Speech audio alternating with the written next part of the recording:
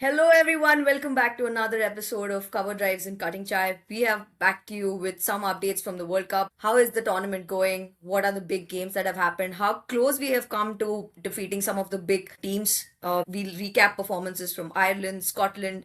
Pakistan has also done pretty well. And we'll just prepare ourselves for the match that we have tomorrow, which is India versus South Africa. Sahana, how have you been? Good. How have you been, Soumya? All good, all good. Looking forward to the match tomorrow.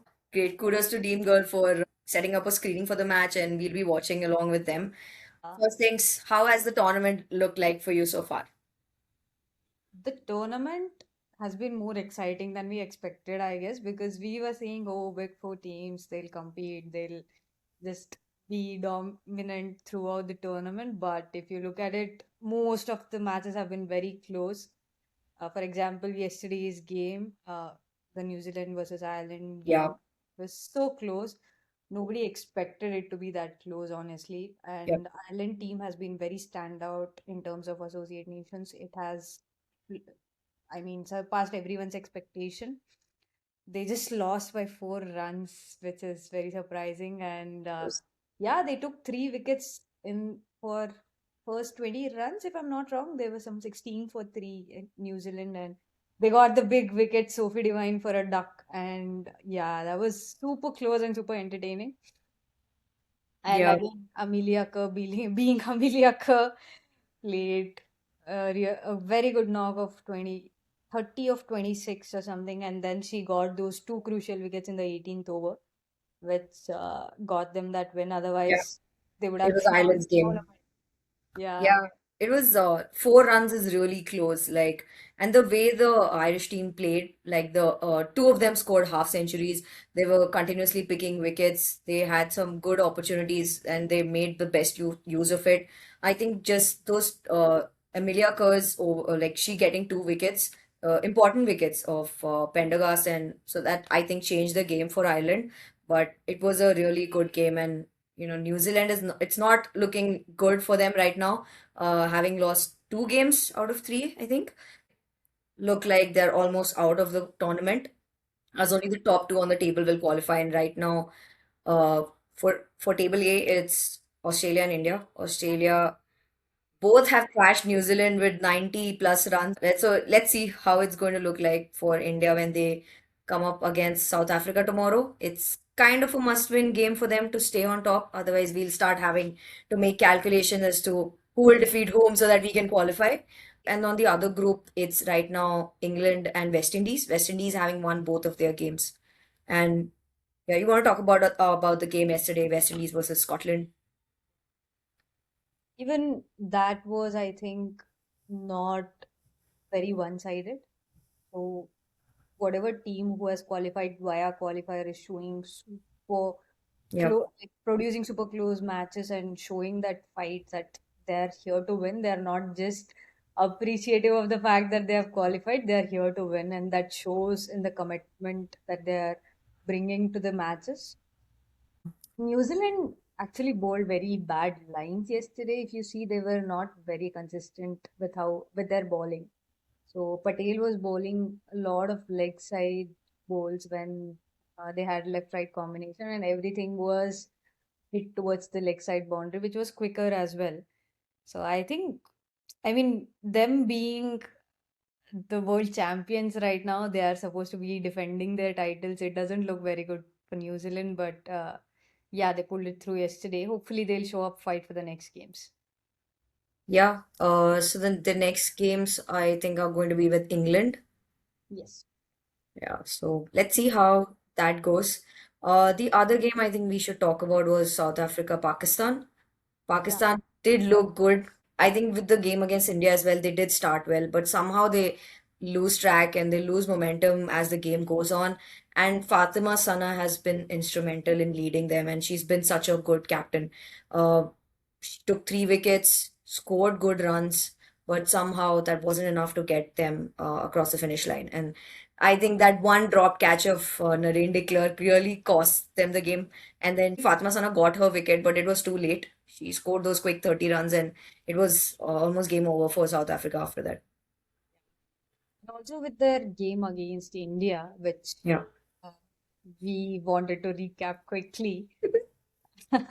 So Muniva was again, we did not talk about her enough previously. Also, she keeps for 20 overs and then comes back to open the batting, and she scored a half century. And when she was at crease, it looked achievable. Yeah. And DSP, Deepti Sharma, being herself, took a fifer and got those crucial. Yeah. The first wicket, it was very well set up. They Mm. knew she was going to go for the reverse sweep, and then they had Bharti Fulmali there waiting to take that catch. Yeah. So, yeah, I mean, even Smriti's catch, that was not expected of Smriti. That was a really good catch. Yeah. Overall, it was a very nice game, very entertaining, and they showed fight. Yeah. So I think for the Group A now, the big games are going to be South Africa, India, and then India will face Australia as well later on in the tournament. So those are going to be some big games. Australia, India both have been doing really well, going with some really good momentum. Australia always do that. For India, it's been going well, and let's see how it goes when they face the two big teams in that group, which is South Africa and Australia. Yeah. And also, uh, yeah, man, it was a bummer that Shreyanka got Yeah, injured. I was just going to say that injury has. Yeah, That was like, if you see in the context of the game, that was so unnecessary to go and get that ball and hurt yourself. Like, one that's run just wouldn't a have. recap from the ODI, right? Pratika Rawal's that save at the boundary was also unnecessary. Like, Yeah. but yeah, it's just I think out of instinct that you have to put everything into the game, and yeah, I think that bit of fielding cost both of them that injury. But Yeah. hopefully she'll bounce back. And so, what do you think are going to be our playing 11 tomorrow?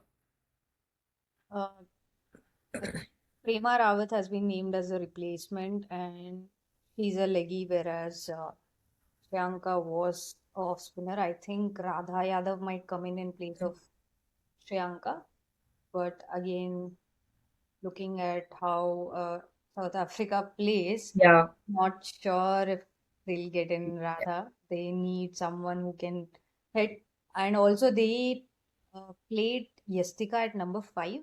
Yeah. Think it was too low of a batting order for her. She should have played number 3 or something because she's naturally an opener, Yep. and that was too low for her. And I think she takes a couple of bowls to get used to the pace and the game, and she can't be batted Number from five. first ball kind of batter. And this is a T20, so you can't play her so low.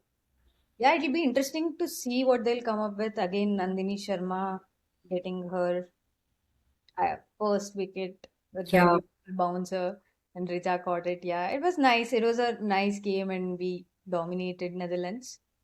But it'll be interesting to see how they go against South Africa, given that they have very good all-rounders. And Laura has been standout since she's Yeah. taken the captaincy. And Cap being Cap, we are all big Cap fans. And Shabnam Ismail is back, so her and Cap's bowling partnership against Smriti and Shafali is going to be something to watch out for. Uh, I don't think Bharti Fulmali will be brought in as an opener. Shafali has been consistently good, and I think they'll continue to go with that combination for opening. Only if Yastika bats a little higher, I think it'll Yeah. be great. I think probably Harry D can take up that one drop in the batting order and use her immense and huge bat swing to hit those big boundaries. But let's see how it goes. In terms of fast bowlers, I don't know yet why Renuka hasn't been played, but let's hope she plays. Yeah, waiting to see Renuka on those English pitches. Yeah, it's going to be very fun to watch those sharp in swingers going to the stumps. That's what gives us joy. And Cap has been able to achieve that. I mean, the different styles, but she has been. It was she bowled the Pakistan like, straight on the middle stump. It I know, was such a right? Yeah. beautiful delivery. Yeah, Oh my God. Yeah, they've been really good. I mean, Ismail bowling those. Yes. Did Yeah, you I see think a reel about Megan Shoot speaking about Ismail? no, I didn't see that. She was basically saying we're happy to have her back. You can't even see her. She's like 5 foot and 40 kilos. I don't know where she generates the pace from. That was so funny. It also showed the camaraderie that they have and the respect that they have for. Other important people, I think, of course, Nadine de Klerk, Sunil Lewis, they're going to be crucial in scoring the big runs if they get to bat first, and they'll make it difficult for Indians to achieve that. Nadine de Klerk back with the ball, I think again she can be very dangerous, but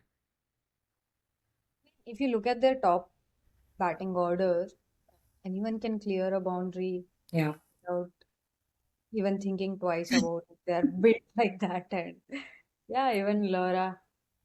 I would say this at any point in time that no matter the gender, she has the best cover drive. yeah, yeah, Yeah. I mean, I am fan of other people, but she has the best cover drive. My God, it's beautiful. yeah. So waiting to see a couple of those and then she can get out. Sure. Hope she listens to this. Yes. Just fans So putting in their requests. yeah, so I think that's a quick recap of how the tournament has been, what to expect. And we will be back tomorrow with a recap of the South Africa versus India game. And hopefully, some of us will watch it together.